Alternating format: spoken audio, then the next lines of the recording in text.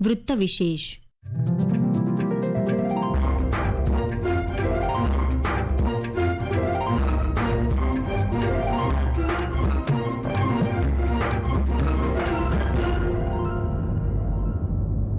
श्रोतेहो नमस्कार. आजच्या वृत्तविशेष या कार्यक्रमात आपलं मनःपूर्वक स्वागत. श्रोतेहो, शेतकरी हितासाठी आणलेले 3 महत्वाकांक्षी कृषी कायदे मागे घ्यावेत अशी देशभरातल्या शेतकऱ्यांची भावना होती. म्हणून केंद्र सरकारनं आज ते 3 कायदे मागे घेतले.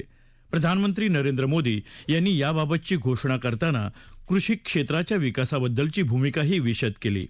आजच्या वृत्तविशेषमध्ये आपण केंद्र सरकारची शेतकरी हितासाठी असलेल्या संवेदनशील भूमिकेविषयी जाणून घेणार आहोत. श्रोतेहो, केंद्र सरकारनं गतवर्षी देशात 3 कृषी कायदे लागू केले होते. हे 3 कायदे शेतकऱ्यांच्या हिताचे आणि त्यांच्यासाठी लाभदायक ठरणार असल्याचं सरकारतर्फे जाहीर करण्यात आलं होतं. मात्र या 3 कृषी कायद्यांमुळे शेतकऱ्यांचं नुकसान होईल असं सांगत बहुसंख्य शेतकऱ्यांनी या कायद्यांना विरोध केला होता. हे 3 कृषी कायदे आणण्याबाबतची केंद्र सरकारची भूमिका आणि दुर्दैवानं ते आपण का मागे घेत आहोत याबद्दल प्रधानमंत्र्यांनी आज आपली भूमिका स्पष्टपणे विशद केली. किसानों की स्थिति को सुधारने की महाअभियान में देश में 3 कृषि कानून लाए गए थे. मकसद ये था कि देश के किसानों को, खासकर छोटे किसानों को और ताकत मिले, उन्हें अपनी उपज की सही कीमत और उपज बेचने के लिए ज्यादा से ज्यादा विकल्प मिले. बरसों से ये मांग देश के किसान, देश के कृषि विशेषज्ञ, देश के कृषि अर्थशास्त्री, देश के किसान संगठन लगातार कर रहे थे. पहले भी कई सरकारों ने इस पर मंथन भी किया था. इस बार भी संसद में चर्चा हुई, मंथन हुआ और ये कानून लाए गए. देश के कोने कोने में कोटि कोटि किसानों ने, अनेक किसान संगठनों ने इसका स्वागत किया, समर्थन किया. मैं आज उन सभी का बहुत बहुत आभारी हूं, धन्यवाद करना चाहता हूं.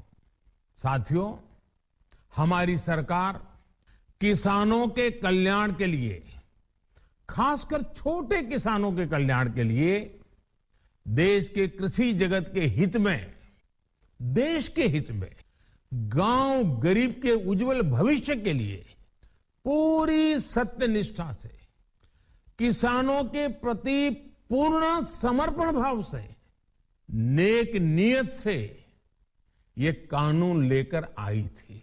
लेकिन इतनी पवित्र बात, पूर्ण रूप से शुद्ध किसानों के हित की बात, हम अपने प्रयासों के बावजूद कुछ किसानों को समझा नहीं पाए.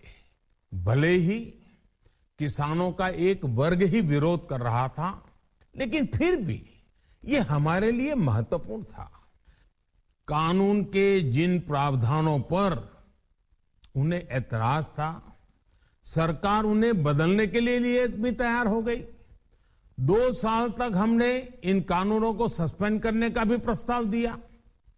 इसी दौरान ये विषय माननीय सर्वोच्च न्यायालय के पास भी चला गया. ये सारी बातें देश के सामने है, इसलिए मैं इनके अधिक विस्तार में नहीं जाऊंगा.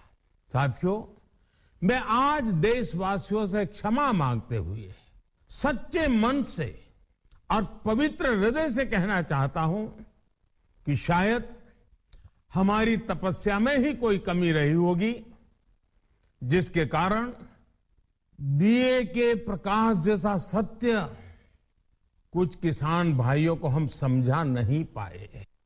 आज गुरु नानक देव जी का पवित्र प्रकाश पर्व है. ये समय किसी को भी दोष देने का नहीं है. आज मैं आपको, पूरे देश को ये बताने आया हूं कि हमने 3 कृषि कानूनों को वापस लेने का, रिपील करने का निर्णय लिया है. इस महीने के अंत में शुरू होने जा रहे संसद सत्र में इसी महीने में हम तीनों कृषि कानूनों को रिपील करने की संवैधानिक प्रक्रिया को पूरा कर देंगे. श्रोते हो, केंद्र सरकारतर्फे लागू करण्यात आलेले तिन्ही कृषी कायदे शेतकऱ्यांसाठी कसे चांगले होते हे सांगताना या कायद्यांचा उद्देश शेतकऱ्यांच्या विकासासाठी आणि छोट्या शेतकऱ्यांना ताकद मिळावी हा होता. देशातील कृषी वैज्ञानिक, शेतकरी संघटना यांच्याशी चर्चा करून आम्ही हे कायदे आणल्याचं मोदींनी त्यावेळी स्पष्ट केलं. आजच्या निवेदनात प्रधानमंत्री मोदींनी कृषी क्षेत्राबद्दलची त्यांची तळमळ मांडली आणि त्या तळमळीतूनच कृषी क्षेत्राच्या विकासाकरता काय केलं हे देखील त्यांनी आपल्या संबोधनातून मांडलं. त्यात ते नेमके काय म्हणाले, ऐकूया त्यांच्या शब्दात. अपने 5 दशक के सार्वजनिक जीवन में मैंने किसानों की परेशानियों को, उनकी चुनौतियों को बहुत करीब से देखा है, महसूस किया है. इसलिए जब देश ने मुझे 2014 में प्रधानमंत्री के रूप में सेवा का अवसर दिया तो हमने कृषि विकास, किसान कल्याण को सर्वोच्च प्राथमिकता दी. साथियों, इस सच्चाई से बहुत लोग अनजान है कि देश के 100 में से 80 किसान छोटे किसान हैं. उनके पास 2 हेक्टेयर से भी कम जमीन है. आप कल्पना कर सकते हैं, इन छोटे किसानों की संख्या 10 करोड़ से भी ज्यादा है. उनकी पूरी जिंदगी का आधार यही छोटी सी जमीन का टुकड़ा है. यही उनकी जिंदगी होती है और इस छोटी सी जमीन के सहारे ही वो अपना और अपने परिवार का गुजारा करते हैं. पीढ़ी दर पीढ़ी परिवारों में होने वाला बंटवारा इस जमीन को और छोटा कर रहा है. इसलिए देश के छोटे किसानों की चुनौतियों को दूर करने के लिए हमने बीज, बीमा, बाजार और बचत, इन सभी पर चौतरफा काम किया. सरकार ने अच्छी क्वालिटी के बीज के साथ ही किसानों को neem coated urea, soil health card, micro irrigation जैसी सुविधाओं से भी जोड़ा. हमने 22 करोड़ सॉइल हेल्थ कार्ड किसानों को दिए और इस वैज्ञानिक अभियान के कारण एग्रीकल्चर प्रोडक्शन भी बढ़ा. साथियों, हमने फसल बीमा योजना को अधिक प्रभावी बनाया. उसके दायरे में ज्यादा किसानों को लाए. आपदा के समय ज्यादा से ज्यादा किसानों को आसानी से मुआवजा मिल सके, इसके लिए भी पुराने नियम बदले. इस वजह से बीते 4 साल में 1 लाख करोड़ रुपए से अधिक का मुआवजा हमारे किसान भाई बहनों को मिला है. हम छोटे किसानों और खेत में काम करने वाले श्रमिकों तक बीमा और पेंशन की सुविधाओं को भी ले आए.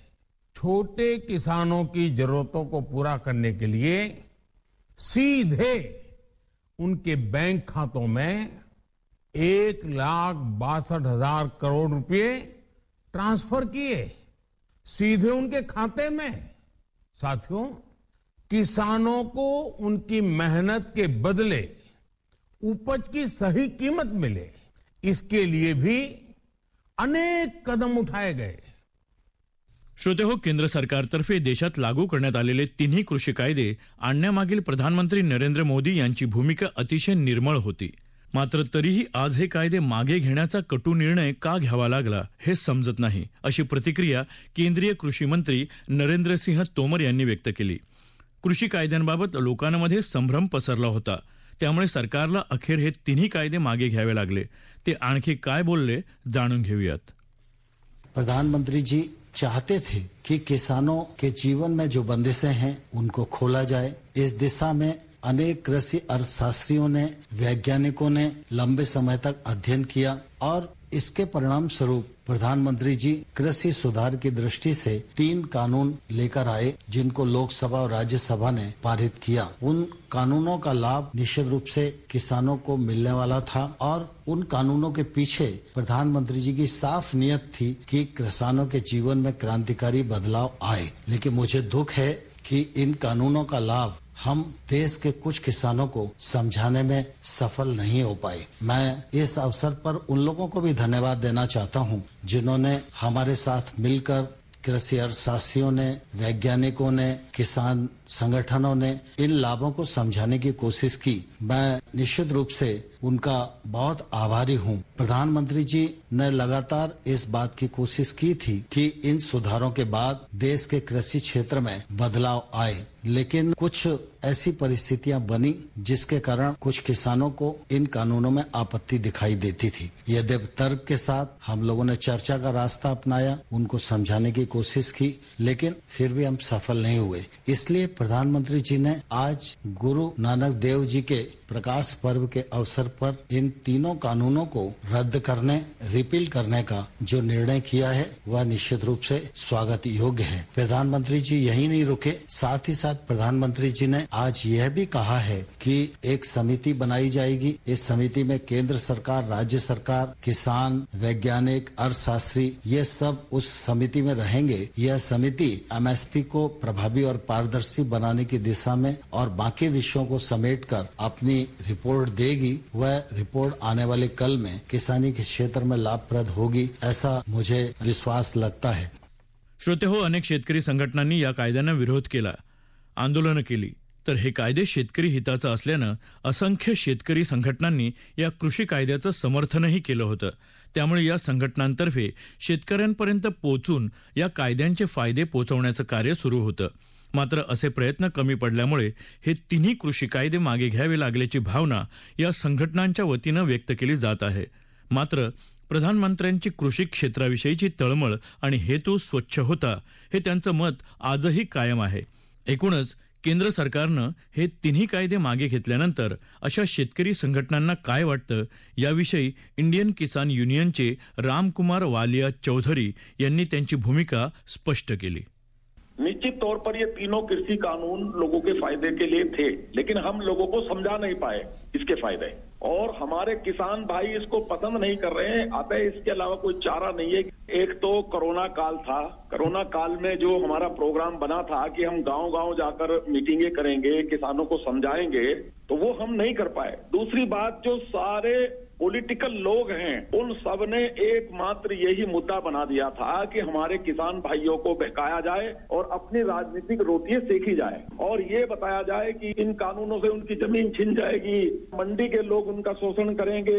इस सारा इतना डरा दिया गया था हमारे किसान भाइयों को कि किसान भाई जो है उनके बहकावे में आकर आंदोलन कर रहे थे। तो फिलहाल ये कानून वापस लिए जाए और ये भी माननीय प्रधानमंत्री जी ने कहा है कि भविष्य में हम एक कमेटी बनाएंगे और उसमें किसानों के प्रतिनिधि भी होंगे, उसमें विशेषज्ञ भी होंगे, उसमें अधिकारी भी होंगे और पुनः हम नया एक ड्राफ्ट बनाकर पहले किसानों को विश्वास में लेंगे, उसके बाद इन कानूनों को वापस लगाने का काम करेंगे। तो मैं माननीय प्रधानमंत्री जी का आभारी हूं, धन्यवाद करता हूं कि उन्होंने देश के किसान जो हैं उनकी भावना को देखते हुए तीनों कृषि कानून वापस लिए हैं। और मैं देश के किसानों से अपील करता हूं, हमारे प्रधानमंत्री जी का वादा है कि किसान की बिना मर्जी के कोई काम देश में नहीं होगा। देश के प्रधानमंत्री जी पे भरोसा रखिए और अपने अपने घरों को जाइए। श्रोतेहो, केंद्र सरकारनं आज कृषी कायदे मागे घेतले। या निर्णयातून सरकारची शेतकऱ्यांप्रती असलेली संवेदनशीलता आणि प्रत्येक निर्णयात शेतकऱ्यांच्या भावनांना प्राधान्य देण्याची सकारात्मक वृत्ती अधिक ठळकपणे दिसून आली। श्रोतेहो, याबरोबरच आजचा वृत्तविशेष हा कार्यक्रम संपला। हा कार्यक्रम आकाशवाणी मुंबईच्या प्रादेशिक वृत्त विभागानं सादर केला। सादरकर्त्या भावना गोखले, निर्मिती सहाय्य विवेक वानखडे, लेखन आणि समन्वय रवींद्र लोखंडे आणि चंद्रकांत शिरसाठ आणि निवेदन शैलेश मोहिते।